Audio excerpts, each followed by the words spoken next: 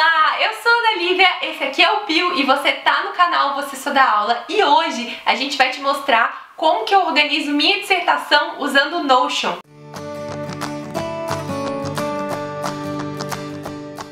Eu sei, você deve estar se perguntando, mas Ana Lívia, esse não é o Pio, esse é a Alexa. Eu sei, gente, é porque o Pio está dormindo quase meio-dia e ele está dormindo, não quis gravar vídeo, então ela tá fazendo o papel dele, tá substituindo, e eu vou mostrar pra vocês que ela está fazendo um ótimo trabalho. Alexa, imitar uma calopsita.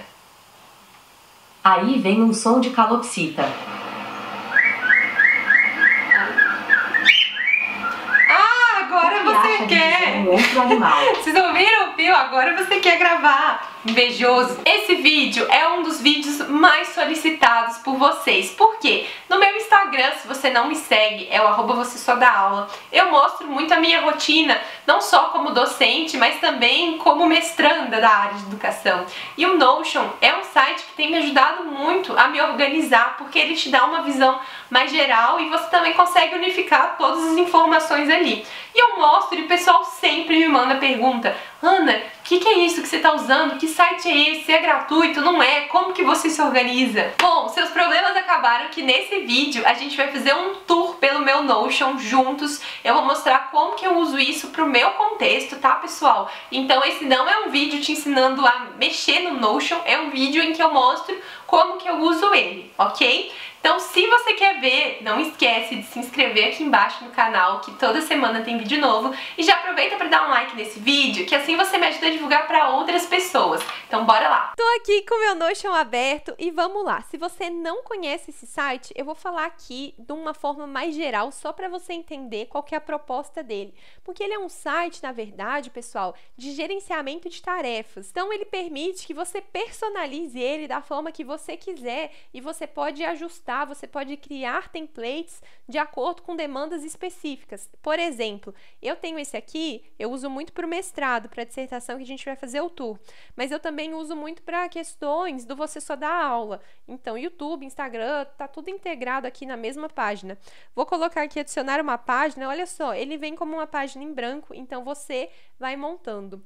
Desvantagens: inglês, não sei se isso é um problema para você, e ele não é tão intuitivo assim. Inclusive, se você quiser um vídeo que eu ensine como que você constrói templates aqui no Notion, me avisa aqui nos comentários, que aí eu penso em alguma coisa bem legal aqui para fazer. Vamos lá, vamos voltar no meu mestrado. Então, a folha é toda em branco, isso tudo eu construí de acordo com as minhas demandas. Vamos começar o nosso tour, gente.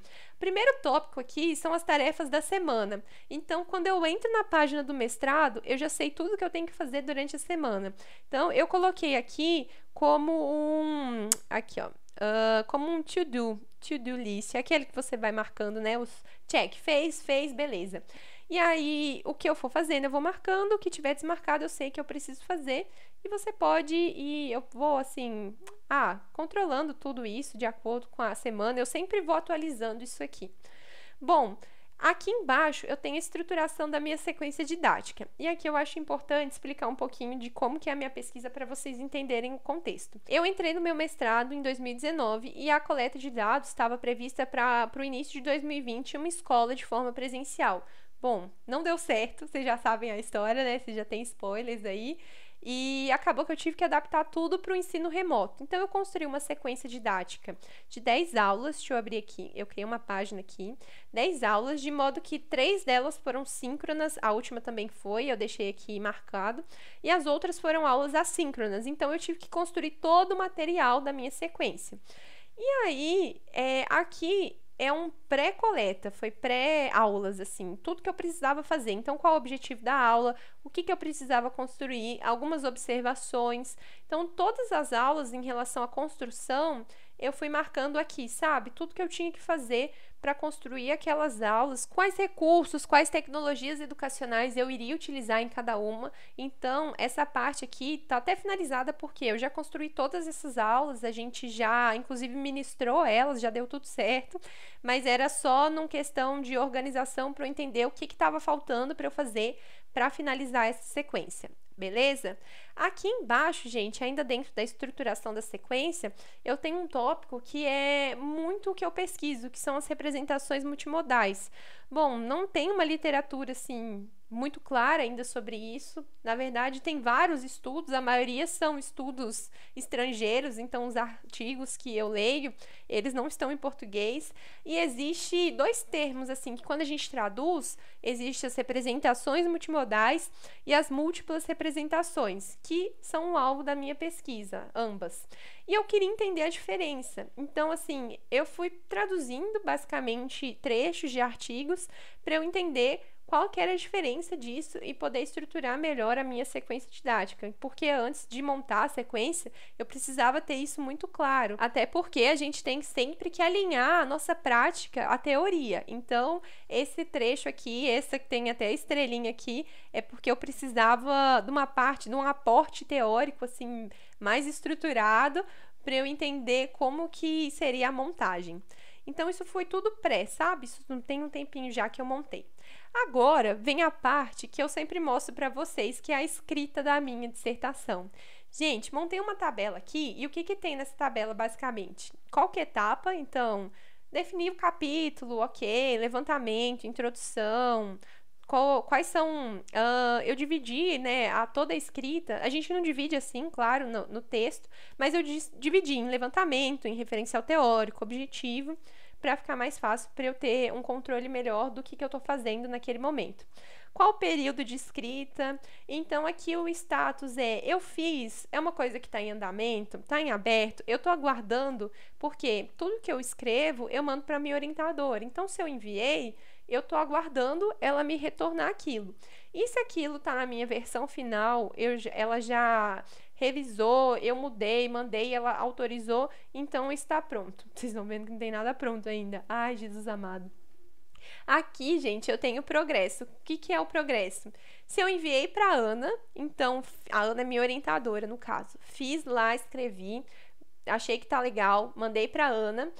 Se a Ana leu e me devolveu isso com as sugestões, então eu deixo aqui marcado e aqui também a versão final. Então eu consigo controlar tudo que eu for escrevendo e vou mandando para ela picado, ela vai lendo e eu consigo saber qual que é o status disso aqui. Então, tem coisas ainda, por exemplo, a metodologia, ela me devolveu já, tem alterações que eu preciso fazer e isso está em andamento. Eu vou abrir aqui alguns com vocês para vocês verem. Vou começar com levantamento. Ana, por que você não começa da introdução? Porque a introdução não tem nada, gente. A introdução é a última coisa que você faz no seu trabalho de mestrado. Porque aí, quando você tem ideia do todo, fica mais fácil você montar a sua introdução. Então, ela é a última coisa. Vou pegar aqui o levantamento bibliográfico, por exemplo. Vou abrir aqui. Como que eu faço isso, gente? Olha, aqui tinha algumas tarefas da revisão, então todos os artigos que eu precisava ler para construir, né, esse levantamento. Aqui eu tenho os artigos que eu li, então eu construí uma tabela na página toda, chama full page, que eles falam, e eu categorizo todos os meus artigos. Posso fazer um vídeo depois mostrando como que eu faço essa organização aqui, mas basicamente eu uso o Mendeley, não sei se vocês conhecem, mas ele faz a referência automática. Primeiro, o código aqui que eu uso para o artigo, então uso numerações para eles. Aqui tem o título, vocês vão ver que a maioria tem inglês, então o título dos artigos, quem são os autores, qual foi o ano. Aqui a gente tem os objetos de estudo. Por quê, gente? Como eu falei, eu estou usando termos muito específicos, mas eles estão em inglês. Quando a gente faz a tradução, pode ser que ocorra assim, aqui está falando sobre representações multimodais, mas na verdade isso são múltiplas representações. Então, eu tive que ler todos os artigos e eu categorizei de acordo com os referenciais teóricos que a gente adotou para essa pesquisa. Então, eu coloquei se isso se trata de múltipla representação, de representação multimodal, se é um artigo que fala sobre práticas epistêmicas, que também faz parte da minha pesquisa, se é algo que fala de representação no geral, se é algo focado em multimodalidade, fala de modelagem, níveis de pensamento. Então, sobre o que é esse artigo, o que ele está estudando ali. E aí, os sujeitos, então assim, ele está estudando o quê? Mas quem que está envolvido nessa pesquisa? É uma pesquisa com foco no professor?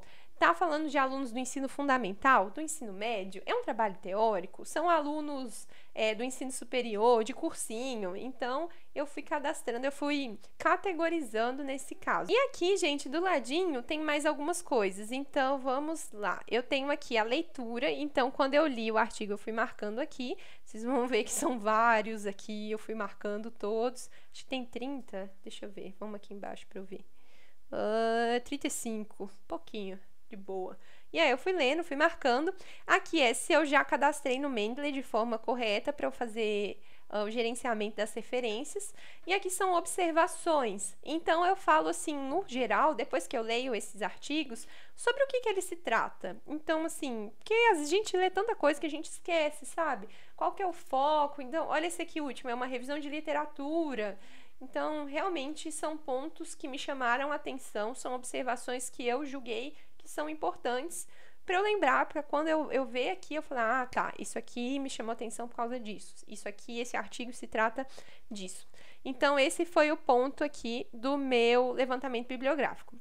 Referencial teórico, gente, deixa eu abrir aqui como página. Eu fiz pouquíssimas coisas assim dele, na verdade, esse também categorizei em tabelas, tiveram outros artigos mais específicos sobre práticas epistêmicas que eu li aqui, e foi também nesse mesmo sentido, igual a tabela que eu mostrei anteriormente, fiz nesse sentido, assim, para eu ter uma visão mais geral.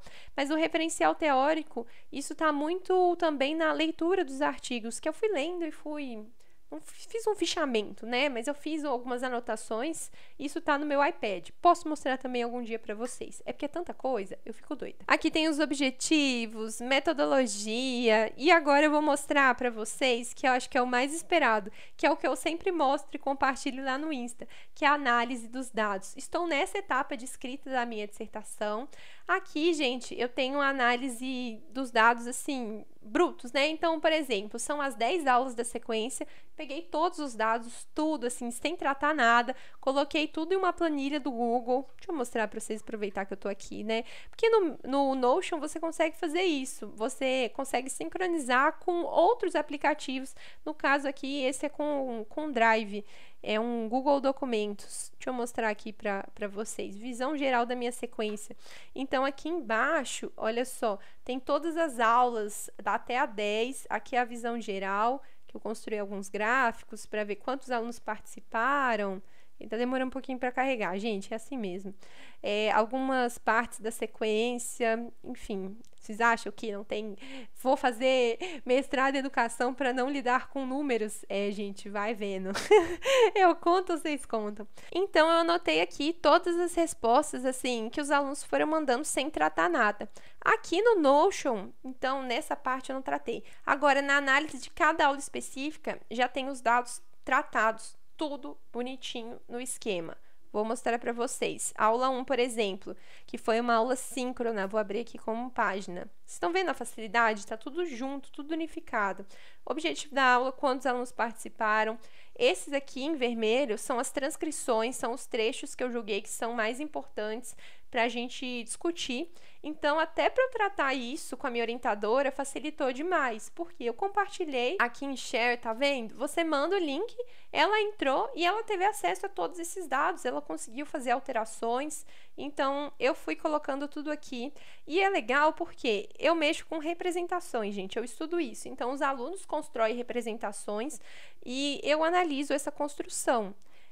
Nessa aula 6, que foi uma aula assim, bem chave para a nossa pesquisa, olha aqui embaixo. Isso aqui foram desenhos que os alunos construíram. Então, eu consigo adicionar aqui também os desenhos deles e as discussões embaixo. Então, isso facilitou muito para eu ter uma visão mais ampla no tratamento de dados, sabe? Deixa eu mostrar aqui, ó. Esses desenhos eles que mandaram. Então, ó, primeira representação foi esse estudante. Isso aqui é 26, é o código do estudante, porque a gente não pode usar os nomes, né? Se for usar o nome, troca ou usa de uma forma diferente, mas você não pode expor o aluno.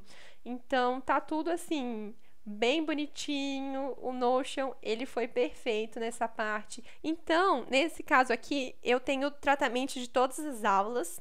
aqui a data final. O que que é isso? É quanto tempo eu teria para analisar. Então, à medida, assim, no princípio, eu fui estabelecendo prazos. Então, olha, por exemplo, até dia 10 de maio, eu teria que analisar a aula 2. No dia 11, eu analiso a 3. E eu fui fazendo isso de acordo com o que eu achava viável, que seria possível para mim. Aqui na análise era se estava feito. Então, por exemplo, eu comecei a analisar a aula 1 e não acabei. Então, eu colocava que está em andamento.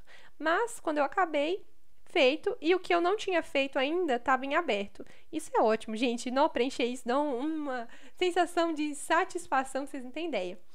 Aqui eu estou fazendo a escrita do texto já. Então, uma vez que eu tenho tudo tratado, eu estou escrevendo. Então, ó, eu finalizei já a escrita da aula 1. Quando eu finalizar da aula 2, eu venho aqui e marco. Aqui, eu também estava fazendo esse regime, assim, de estipular um prazo final. Só que, vou até abrir um desabafo com vocês, levei isso até para minha terapia, gente, não estava me fazendo bem, por quê?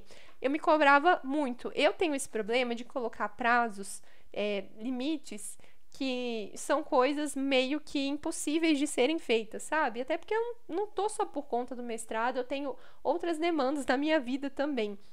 Então, eu tô deixando isso em aberto, eu não tô estipulando prazos e todo dia eu trabalho na minha pesquisa, num tempo lá nas caixinhas que eu compartilho lá no Instagram, tipo um método Pomodoro adaptado, e eu tô escrevendo aos pouquinhos, mas eu não tô colocando mais prazo final, porque quando eu não cumpro o prazo, eu me frustro, e aí eu entro num ciclo, assim, de meio que procrastinação, porque eu fico frustrada, aí eu fico mais frustrada ainda, e aí vou entrando nessa bola de neve, então não estipulei mais datas finais, eu tenho até dezembro para defender, não vou usar esse tempo todo, mas basicamente, assim, a minha organização está sendo essa. Depois eu acho que eu vou até mudar essa tabela, porque a última reunião que eu tive com a minha orientadora, a gente definiu que a gente não vai fazer análise por aula, mas a gente vai escrever capítulos que englobam aulas específicas. Como assim? Vou mostrar aqui, ó. A gente dividiu a estruturação assim. Então, vai ser um capítulo com a aula 2 a 6, um outro capítulo com a 7, 8 e a 9, e um capítulo final para a gente analisar algumas evoluções individuais, assim, das representações de alunos. Então, a gente está fazendo dessa forma. E aí, claro, que essa tabela aqui que a gente viu, que eu mostrei para vocês, né, da escrita da dissertação, é uma tabela mais geral. Então, gente, basicamente o Notion do meu mestrado é assim, não tem muito... Eu acho que assim, não tem muito o que inventar também, sabe? Você tem que fazer uma coisa que funcione para você. Esse tem funcionado demais para mim, principalmente na questão da análise dos dados. O mais lindo é que isso tudo tá salvo na nuvem, ou seja, você só precisa de internet, que aí você consegue acessar esses dados em qualquer lugar, em qualquer computador. Quando eu vou pro sítio do Luca, por exemplo, eu levo o Mac, que ele é mais compacto, assim, cabe na mala, eu consigo acessar de lá, eu consigo acessar da faculdade, de qualquer lugar, basta eu ter o meu login e minha senha, que aí eu tenho acesso a tudo isso. Então, assim, é uma ótima forma para você fazer a gestão do seu tempo, a gestão das suas tarefas e a organização da sua escrita da dissertação. Tem gente que coloca aqui também as disciplinas que cursou no mestrado. Eu não faço isso por quê? Porque eu prefiro um caderno, eu prefiro escrever. No caso, eu uso meu iPad, que não é um caderno, né? Mas ele funciona como um caderno. Então, eu faço toda a escrita, eu tenho as minhas anotações lá. Tem gente que tem facilidade e escreve as anotações, assim, no computador. Se você é essa pessoa, essa fica uma sugestão aí, porque dá super certo, né? É um ótimo recurso mesmo. Mas no caso, não, pra mim, assim, não funcionou muito bem. E um recurso também que eu acho incrível aqui, que vai acabar indo pro apêndice da minha pesquisa, é porque você consegue transformar essas páginas em arquivos de PDF. Então fica super legal. Como são, por exemplo, esse do levantamento bibliográfico, que eu categorizei todos os artigos aqui, algumas dissertações, enfim, que eu fiz todo esse trabalho, né? Eu consigo inserir isso como apêndice, que é um documento elaborado pelo próprio autor. Eu consigo inserir isso no final da minha dissertação. Então fica super bacana. Vai cortar um pouquinho aí, mas não tem problema. Vocês conseguem aqui, ó, você consegue exportar e consegue colocar isso como um PDF. Então, isso também vai me ajudar demais. E é isso, gente. Espero que vocês tenham gostado desse tour pelo meu Notion, meu humilde Notion. E fica aí como sugestão para você construir o seu próprio aí de acordo com as suas demandas. Bom, pessoal, a gente vai ficando por aqui. Espero que vocês tenham gostado do vídeo e que tenha te inspirado para você montar o seu próprio template no Notion e se organizar aí de acordo com as suas demandas. Esse aqui é o Pio, gente, ela tá pegando o lugar do Pio, porque até agora ele não animou em gravar, então a Alexa substituiu ele oficialmente nesse vídeo. Qualquer dúvida ou qualquer sugestão, deixa aqui embaixo nos comentários que a gente vai te responder na medida do possível. Espero que vocês tenham gostado. Um beijo e até o próximo vídeo.